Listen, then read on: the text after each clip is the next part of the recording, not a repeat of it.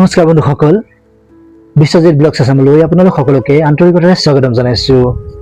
বন্ধুসকল, আপুনি বাৰু কেতিয়াবা এনেকুৱা অনুভৱ কৰিছে নেকি জীৱনত যে দিনটো বহু কাম কৰাৰ পাছত আপুনি বহুতো কাম কৰিলে কিন্তু শেষত নিজকে একেবাৰে ক্লান্ত যেন, ভাগৰুৱা যেন, মানসিকভাৱে একদম ভাগৰুৱা অনুভৱ হৈ যায়। কেতিয়াবা এনেকুৱা লাগে নেকি যে যিমানেই ব্যস্ত হৈ থকা হয় সিমানেই যেন জীৱনৰ আনন্দবোৰ কমি আহিছে? এনেকুৱা হৈছেনে বাৰু কেতিয়াবা আপোনাৰ? আজিৰ এই ভিডিঅ'টোত আমি কথা পাতিম এটা অতি গুৰুত্বপূৰ্ণ বিষয়ৰ ওপৰত, যিটো হৈছে the art of doing nothing why rest is মোৰ প্ৰডাক্টিভ।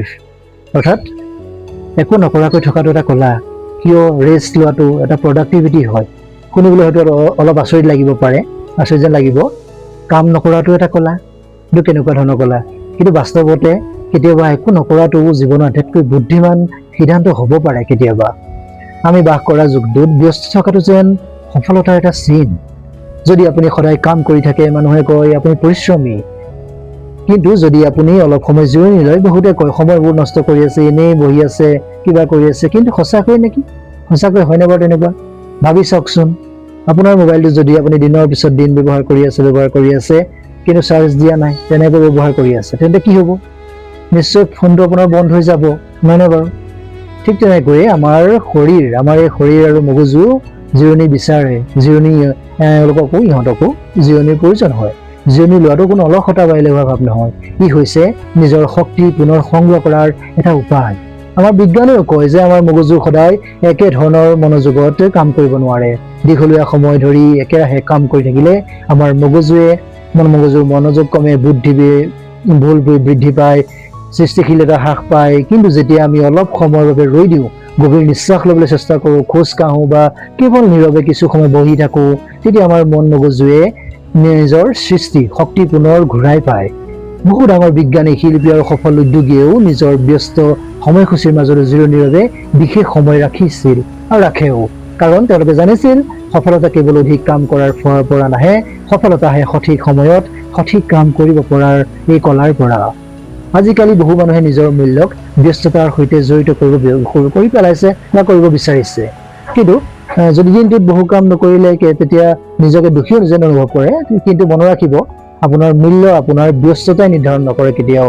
আপুনি মানুহ হিচাপে মূল্যৱান কিমান। কেৱল কাম কৰা আপুনি মেচিন নহয়, আপুনি এজন মানুহ হয়, তেজমঙহৰে গঠিত মানুহ এজন। এতিয়া এটা সৰু উদাহৰণ লওঁ। এজন কৃষকে যদি মাটিখিনি বছৰ বছৰ ধৰি একেবাৰে জিৰণি নিদিয়ে তেন্তে মাটিৰ উৰ্বৰতা কমি যাবই। কিন্তু যদি অলপ সময় মাটিক জিৰণি দিয়ে পুনৰ সেই মাটিখিনি অধিক ফলপ্ৰসূ হৈ উঠে। আমাৰ শৰীৰ আৰু মনটো ঠিক তেনেকুৱাই।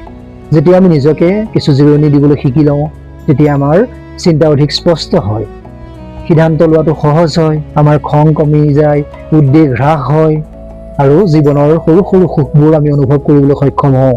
জীৱনৰ প্ৰতিটো মুহূৰ্তত সৰু সৰু সুখ যেনে লুকাই থাকে, সেইবিলাক আমি অনুভৱ কৰিব পাৰোঁ। এতিয়া এটা প্ৰশ্ন হয়, শেষৰবাৰৰ বাবে আপুনি কেতিয়া মোবাইল নোচোৱাকৈ কেৱল আকাশখন চাই বহিছিল? মনত আছেনে বাৰু কেতিয়াবা আপোনাৰ? কেতিয়া শেষৰবাৰৰ বাবে আপুনি কেৱল চৰাই মাত এটা শুনিছিল? কেতিয়া শেষৰবাৰৰ বাবে আপুনি নিজৰ লগত অলপ সময় কটাইছিল? এই সৰু সৰু মুহূৰ্তবোৰেই আমাৰ মানসিক স্বাস্থ্যৰ বাবে এক অমূল্য সম্পদ হয়। ডুইং নাথিং মানে গোটেই দিনটো এনেই শুই বহি থকা পাৰ কৰি দিয়া নহয়। ইয়াৰ অৰ্থ হৈছে নিজৰ মন আৰু শৰীৰটোক অলপ সময়ৰ বাবে জিৰণি দিয়া, বিশ্ৰাম দিয়া। আপুনি প্ৰতিদিনে মাত্ৰ 10 পৰা 15 মিনিট নিজৰ বাবে ৰাখিবলৈ চেষ্টা কৰক।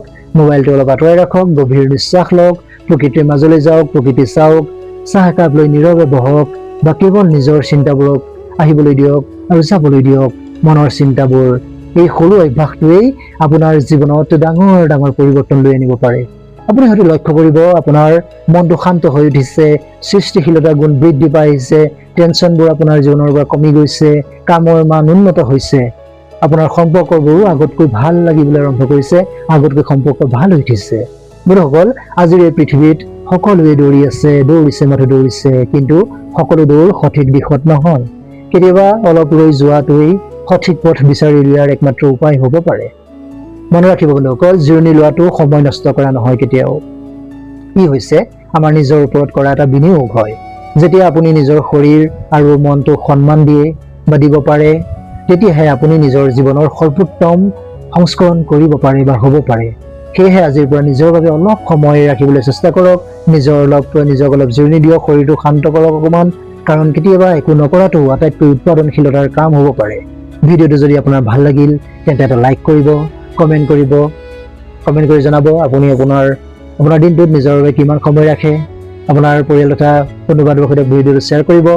আৰু এনেধৰণৰ জীৱনটো সলনি কৰিব পৰা ইতিবাচক আৰু প্ৰেৰণাদায়ক মটিভেশ্যনেল ভিডিঅ' চাবলৈ বিশ্বজিৎ ব্লগছ আছাম চেনেলটো ছাবস্ক্ৰাইব কৰি বেল আইকনটো টিপিবলৈ নাপাহৰিব।